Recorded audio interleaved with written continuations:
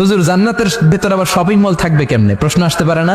সহিহ মুসলিমের বর্ণনা, ইন্না ফিল জান্নাতি লা সুকান, জান্নাতের ভেতরে বিশাল এক শপিং মল থাকবে। এটা বোধহয় আমাদের বসুন্ধরা শপিং কমপ্লেক্সের মতো হবে, যমুনা ফিউচার পার্ক। দুবাইতে যে একটা আছে বিশাল শপিং মল, মালয়েশিয়ার মিড ভ্যালি, এগুলোর মতো হবে মনে হয়। কত বিশাল যে শপিং মল হবে। সহিহ মুসলিমের বর্ণনা, প্রতি শুক্রবারে সব জায়গা থেকে বন বন করে মৌমাছির মতো জান্নাতীরা ওই শপিং মলে শপিং করতে আসবে। ইচ্ছে মতো দেদারসে পোশাক কিনবে, ইচ্ছে মতো শপিং করবে, টাকা দেয়া লাগবে না, ক্রেডিট কার্ড লাগবে না। সুবহানাল্লাহ পড়েন। ইচ্ছে মতো শপিং করবেন। দুনিয়াতে একটু কষ্ট করে হালাল উপার্জন করে খেয়ে যান। আল কানাআতু মিনাল ইসলাম, অল্পে খেয়ে তুষ্ট থাকার, আল্লাহ শুকরিয়া করা, এটার নামই ইসলাম।